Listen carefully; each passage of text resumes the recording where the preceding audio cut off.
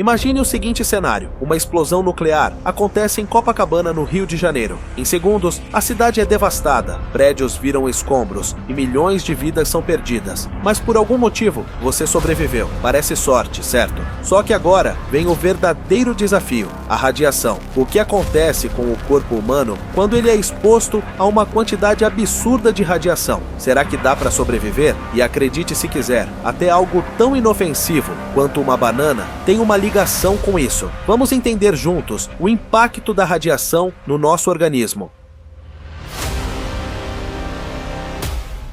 Você pode não perceber, mas está cercado por radiação o tempo todo. Ela está no ambiente, na comida, nos aparelhos eletrônicos e até no espaço. Comer uma banana, por exemplo, expõe você a uma quantidade mínima de radiação, mas isso não é nada comparado ao que acontece em um evento nuclear. A radiação é medida em sieverts e Rem, unidades que indicam o impacto que essa exposição pode ter no corpo. Para se ter uma ideia, uma pessoa comum recebe cerca de 62 Rem de radiação por ano, uma quantidade considerada segura. Agora, e se uma bomba nuclear fosse detonada no Brasil, o que aconteceria? Se você estivesse a apenas 1 quilômetro do epicentro, primeiro um clarão tomaria conta do céu, seguido por uma onda de calor e destruição. Nesse momento, seu corpo seria atingido por algo entre 300 e 1000 Rem, o equivalente à radiação de 30.000 a 100.000 bananas de uma vez só. Mas o que isso significaria na prática? Se você estivesse muito perto da explosão, como na praia de Ipanema, a radiação seria tão intensa que você simplesmente evaporaria. Agora, se conseguisse se proteger rapidamente, talvez buscando abrigo na fortaleza de Copacabana, ainda assim, enfrentaria um cenário caótico, janelas explodindo, fogo se espalhando e uma destruição generalizada. Supondo que você sobrevivesse a isso, o verdadeiro problema começaria dentro do seu próprio corpo. A radiação agiria como uma bomba interna, destruindo células e tecidos. Algumas horas depois da exposição, os primeiros sintomas apareceriam: náuseas, vômitos, dores de cabeça e febre. Seu organismo entraria em colapso e dentro de 10 a 20 dias, os danos ao sistema digestivo seriam tão severos que diarreias e infecções poderiam se tornar fatais. Dependendo da intensidade da exposição, a morte poderia ocorrer nesse período. Mas será que existe alguma forma de escapar desse destino? E até que ponto o corpo humano pode resistir à radiação?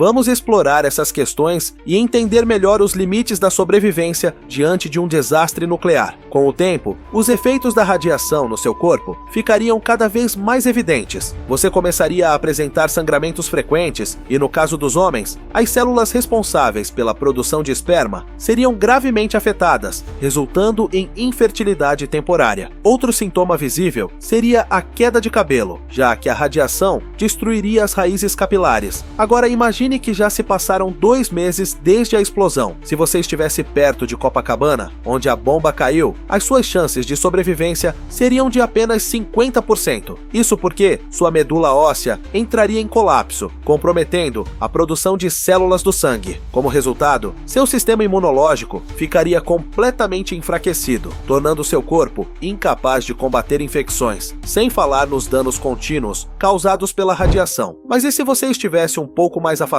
da zona de impacto? Ainda assim, a exposição à radiação traria sérias consequências a longo prazo. Nos próximos 2 a 8 anos, mesmo recebendo uma dose menor de radiação, algo entre 10 e 20 Rem, suas chances de desenvolver leucemia aumentariam em 50% em comparação com alguém que não foi exposto. E mesmo que você não desenvolvesse leucemia nesse período, sua vulnerabilidade ao câncer continuaria alta pelo resto da vida. Além disso, a radiação aumentaria significativamente o risco de câncer em órgãos como o pulmão, o fígado e o estômago, além de doenças crônicas como hipertensão e problemas cardíacos.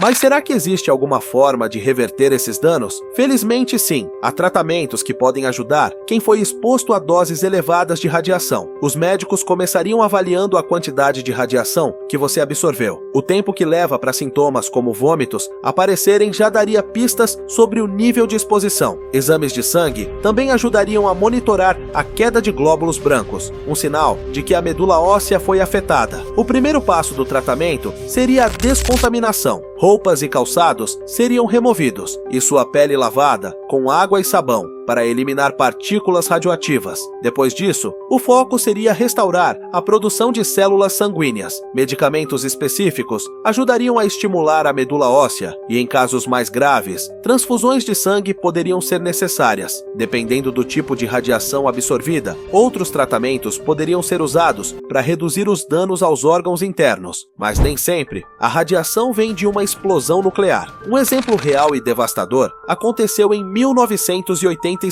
o desastre de Chernobyl. No dia 26 de abril daquele ano, um reator da usina nuclear de Chernobyl, na Ucrânia, sofreu uma falha catastrófica, liberando uma quantidade absurda de material radioativo na atmosfera, o equivalente a 400 vezes a bomba de Hiroshima. Para ter uma noção, seria como ingerir 6 trilhões de bananas de uma só vez em termos de exposição à radiação. Mas como um acidente desse nível afetou as pessoas e o ambiente ao redor, vamos entender melhor o impacto real da radiação no mundo. Nos 3 meses seguintes ao desastre de Chernobyl, 28 trabalhadores da usina perderam a vida, enquanto cerca de 140 desenvolveram doenças graves devido à exposição extrema à radiação. Agora imagine que você fosse um dos 600 trabalhadores que sobreviveram à explosão inicial. Embora tenha escapado naquele momento, a radiação que absorveu poderia, ao longo dos anos, levar a problemas sérios, como leucemia e outras doenças fatais. Mas e as pessoas que moravam longe da usina? O vento espalhou partículas radioativas pelo ar, e embora quem estivesse mais distante estivesse relativamente seguro, ninguém saiu completamente ileso. Estudos mostraram que em algumas dessas áreas, os níveis de radiação eram comparáveis aos de uma tomografia computadorizada, mas o perigo não estava só no ar. Se você tivesse consumido leite naquela época, ele poderia estar contaminado com iodo radioativo. Isso porque as vacas da região pastavam em grama contaminada e produziam leite radioativo. Beber esse leite aumentaria drasticamente o risco de desenvolver câncer de tireoide. Como a radiação tornou a região extremamente perigosa, uma área de 30 quilômetros ao redor da usina foi completamente evacuada, transformando a cidade de Pripyat em uma cidade fantasma. Mas e se você visitasse Chernobyl hoje? Será que a radiação ainda está por lá? Com o tempo, os materiais radioativos vão perdendo força, liberando energia e se tornando mais estáveis. Isso aconteceu em Chernobyl, tornando a região muito mais segura do que antes. Atualmente, é possível passar algumas semanas na zona de exclusão sem grandes riscos. A exposição nesse período seria de aproximadamente 3 a 4 REM. No entanto, se você ficasse lá por um ano inteiro, poderia absorver até 90 REM, o que já representaria um perigo significativo para a saúde. Mesmo durante uma visita curta, algumas áreas continuam extremamente perigosas, como a famosa pata de elefante. A pata de elefante é uma massa de material radioativo derretido que se formou no porão do reator. Ela é composta por corium, uma substância que mistura combustível nuclear derretido e partes do reator destruído. Nos primeiros dias após o acidente, estar perto dela por apenas 5 minutos era suficiente para ser fatal. Essa área é ainda mais letal do que a explosão hipotética que mencionamos antes em Copacabana e continuará perigosa por décadas, talvez até séculos. Felizmente, hoje o reator está coberto por um enorme domo de contenção, reduzindo os riscos para visitantes e evitando que partículas radioativas se espalhem. Mas será que um desastre como esse poderia acontecer de novo? E quais são os impactos da radiação em longo prazo? Vamos explorar mais sobre isso.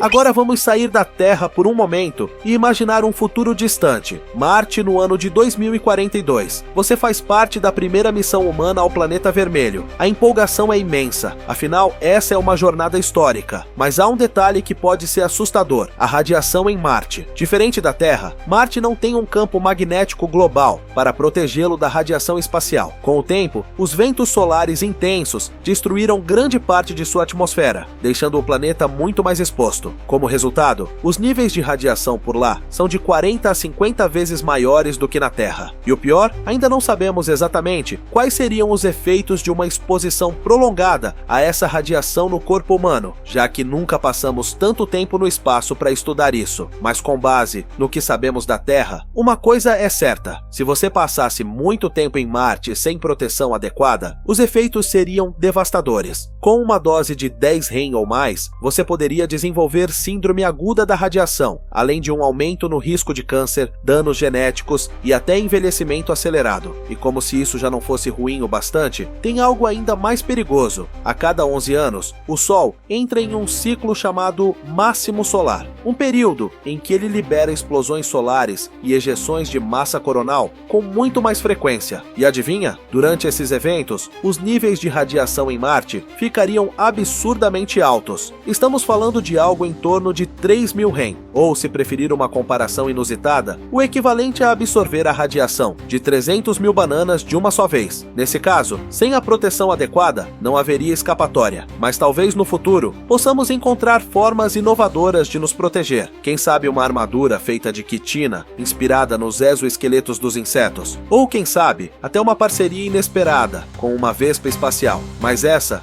é uma história para outro e se.